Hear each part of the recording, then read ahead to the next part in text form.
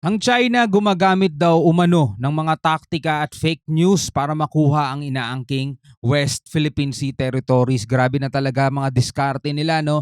Ginagastusan nila yan, mga tol. So itong balitang panonoorin natin mula sa UNTV, mga tol, bibigyan natin to ng commentary and reaction video. Kayo bilang mga mamamayang Pilipino, tayo bilang mga mamamayang Pilipino, pwede kayong makisali sa opinion at komentaryo sa comment section sa ibaba, mga kapatid. Siyempre, huwag niyong kalimutan mag-subscribe, no? Panoorin na natin to, mga kapatid. Nais ng China na magkawatak-watak ang mga Pilipino para tuluyang humina ang puwersa ng bansa sa paggiit natin ng karapatan sa West Philippine Sea. At palagay ko isa yan sa mga ginagawa, no, ng mga pro-China. Meron silang propaganda.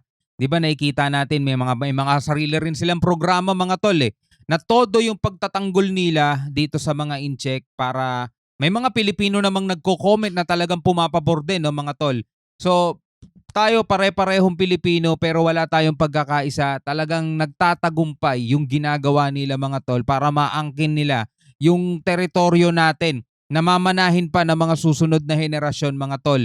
Pero dahil nga sa diskarte nila, sa strategy nila, na ang Pilipino naman napakadali rin talagang utuin, na totoo naman, mga tol, napakadaling utuin, lalong-lalo na yung mga nakikita natin ng mga hindi naman talaga Pilipino at grabe magsalita. Ayan, marami mas sila mga Pilipinong nahuhukap. Ito ang pahayag ni Defense Secretary Gilbert Gibo Teodoro. Sa isang hiwalay na pahayag, sinabi naman ni AFP Chief of Staff Romeo Browner Jr. na umuupa ang China ng mga trolls at vloggers para magpakalat ng fake news. Kaya mo umuupa pa daw. Hindi sa atin galing yan, mga kapatid. Tayo'y nakikinig lamang sa balita. Ang sabi ni AFP General Browner, di ba, umuupa pa daw ng mga vloggers. Nakapanood na ba kayo ng mga vloggers, mga tol, na ang topic nilang content nila ay pro-China, mga tol? Yung tipong talagang lahat na lang ng pwedeng gawing para maipagtanggol nila yung mga singkit, gagawin nila, di ba? May napanood pa nga tayo, mga tol, kaya daw binakuran ng China yung Scarborough, 'di ba? Meron daw lagoon doon na pinamumugaran ng mga isda at breeding area ng mga isda. Pinoprotektahan lang daw ng China yung environment, no? Pinoprotektahan daw nila. Ang tanong, anong karapatan nila magprotekta doon, hindi naman sa kanila 'yon, 'di ba? Yun ay pananagutan na dapat ng Pilipinas. Ang problema, yung mga Pilipino, hinaharangan nila, pinapaalis nila, mga tol. So ganun sila magbaliktad ng kwento na parang napakabait, napakamabuting tao. Pinoprotektahan daw yung pinoprotektahan daw yung environment. Okay naman protektahan yung environment, pero make sure lang yung pinoprotektahan nyo, inyo. 'Di ba? Doon na lang kayo sa inyo magprotekta, wala kaming pakialam doon, 'di ba? Samantalang yung mga damo nga doon sa kanila, pinipinturahan na lang nila ng green. Peke, no? Okay, balikan natin. Umuupa ang China ng mga trolls at vloggers para magpakalat ng fake news para sirain ang kredibilidad ng mga organisasyon gaya ng AFP. Kaya dapat maging mapanuri ang bawat Pilipino at paniwalaan lamang kung ano ang totoo. Hindi lang daw sa bansa ginagawa ng China ang pagkakalat ng maling impormasyon, kundi sa buong mundo. Di ba nga yung mga sinasabi ni Commodore J. Tariela, laging kinokontra nung isang Tsekong nagpapanggap na Pilipino.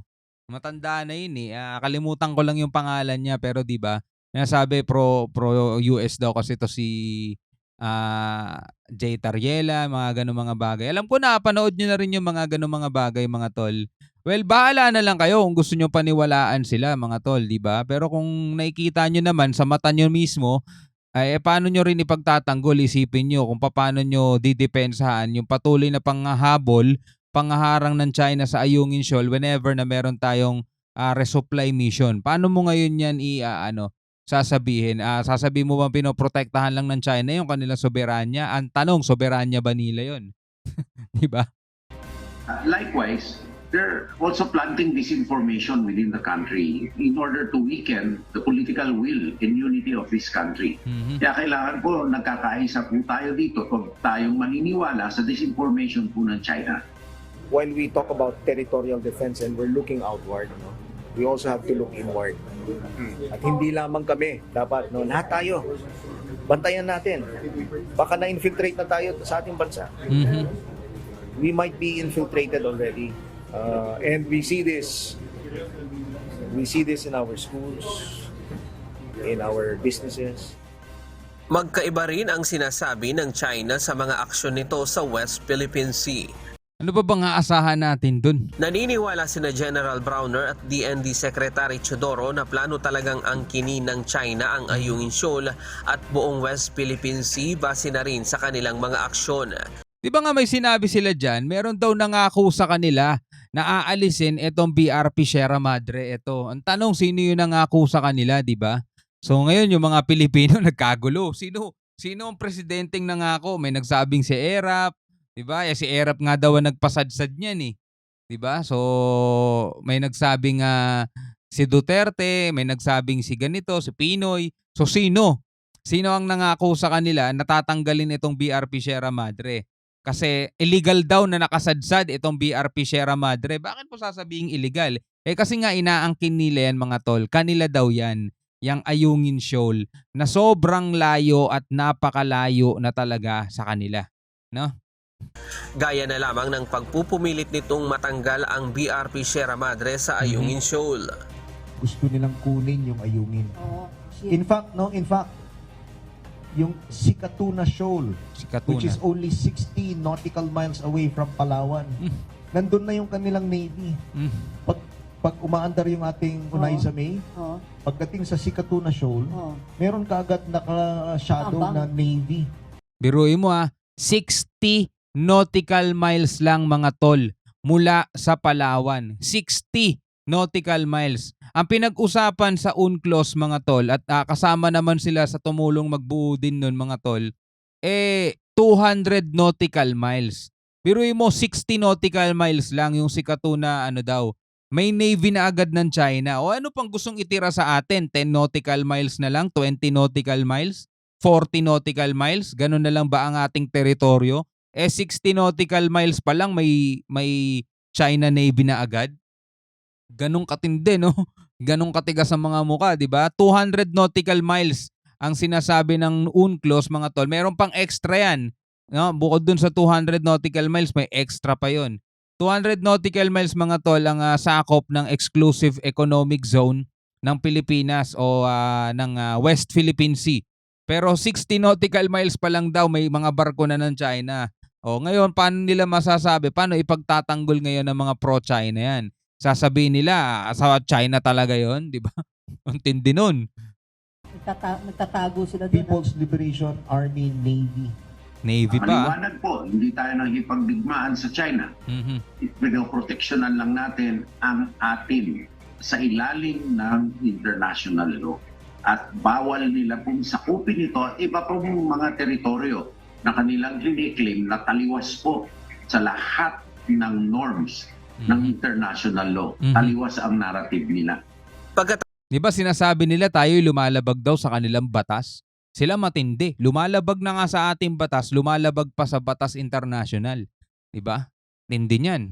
Meron silang ganong kakapal na apog para magsalita pa sa international media, di ba? Ano na sila tawag dito, expose na sila sa buong mundo At yun ang ginagawa ng Pilipinas, no? Yan naman yung strategy na ginagawa natin. Kung ang strategy nila sinisira nila yung pagkakaisa ng Pilipinas, ng Pilipino, which is para sa kanila napakadaling gawin, dahil totoo namang napakadaling gawin yan sa Pilipinas mga tol, kahit sa normal na buhay yung magkaibigan, pwede mong pag-awayin Gumawa ka lang ng kwento, nako, pag-aaway mo agad dyan. So ganun din ang ginagawa nilang diskarte, alam na alam nila mga tol. Kaya nga eto patuloy ang panawagan ng gobyerno.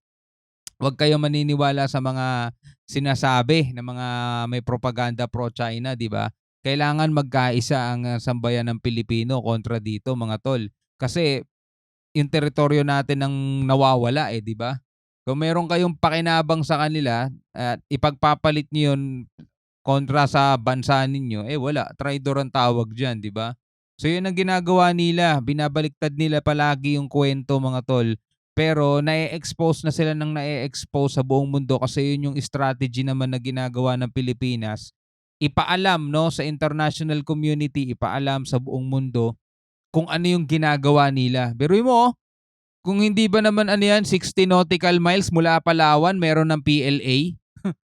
Angkin na talaga, no? Tapos ng nangyaring pagbangga ng China sa mga barko ng Pilipinas sa nakalipas na rotational and resupply mission, nangangamba ang Armed Forces of the Philippines na lalo pang tumindi ang pagiging agresibo ng China sa mga susunod na pagkakataon. Imagine crossing the path of a vessel that's moving forward. That's very dangerous. No? Dapat hindi ginagawa yon. In fact, bawal na bawal nga yun eh.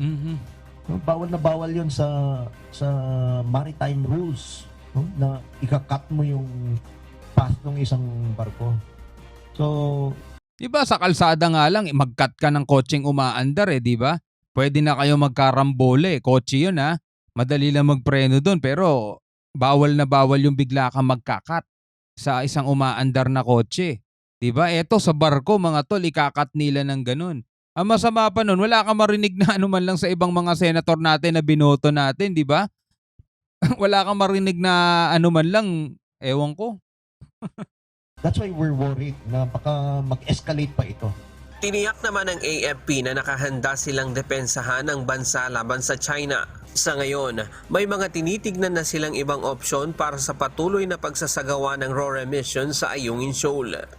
Sa ngayon, may namataan umano silang mahigit 30 Chinese maritime militia vessel na nananatili sa Rosal Reef. Ryan Lacanlale, UNTV News and Rescue. Alright mga kapatid, ano ang masasabi mo dito sa balitang napanood natin dito sa China, dito sa plano nila na talagang okupahin mga tol, sakupin na talaga. Hindi pwedeng maitanggi na hindi naman nila sinasakop kasi kanila daw yan. Paano magiging kanila mga tol, no? 60 nautical miles pa lang mula Palawan, nandoon na agad yung PLA nila. Napakalapit nun mga tol, 60 nautical miles. 200 nautical miles nga ang pinag-uusapan natin dito di ba? So, anong masasabi kaya rito ng ating mga mabubuti at mga mababait, magigiting na mga tapat sa bayan ng mga senator mga tol? Well, comment ka na lang sa baba mga tol, pag-usapan natin yan hanggang sa muli. Ako nga pala si Shobal D. Peace out.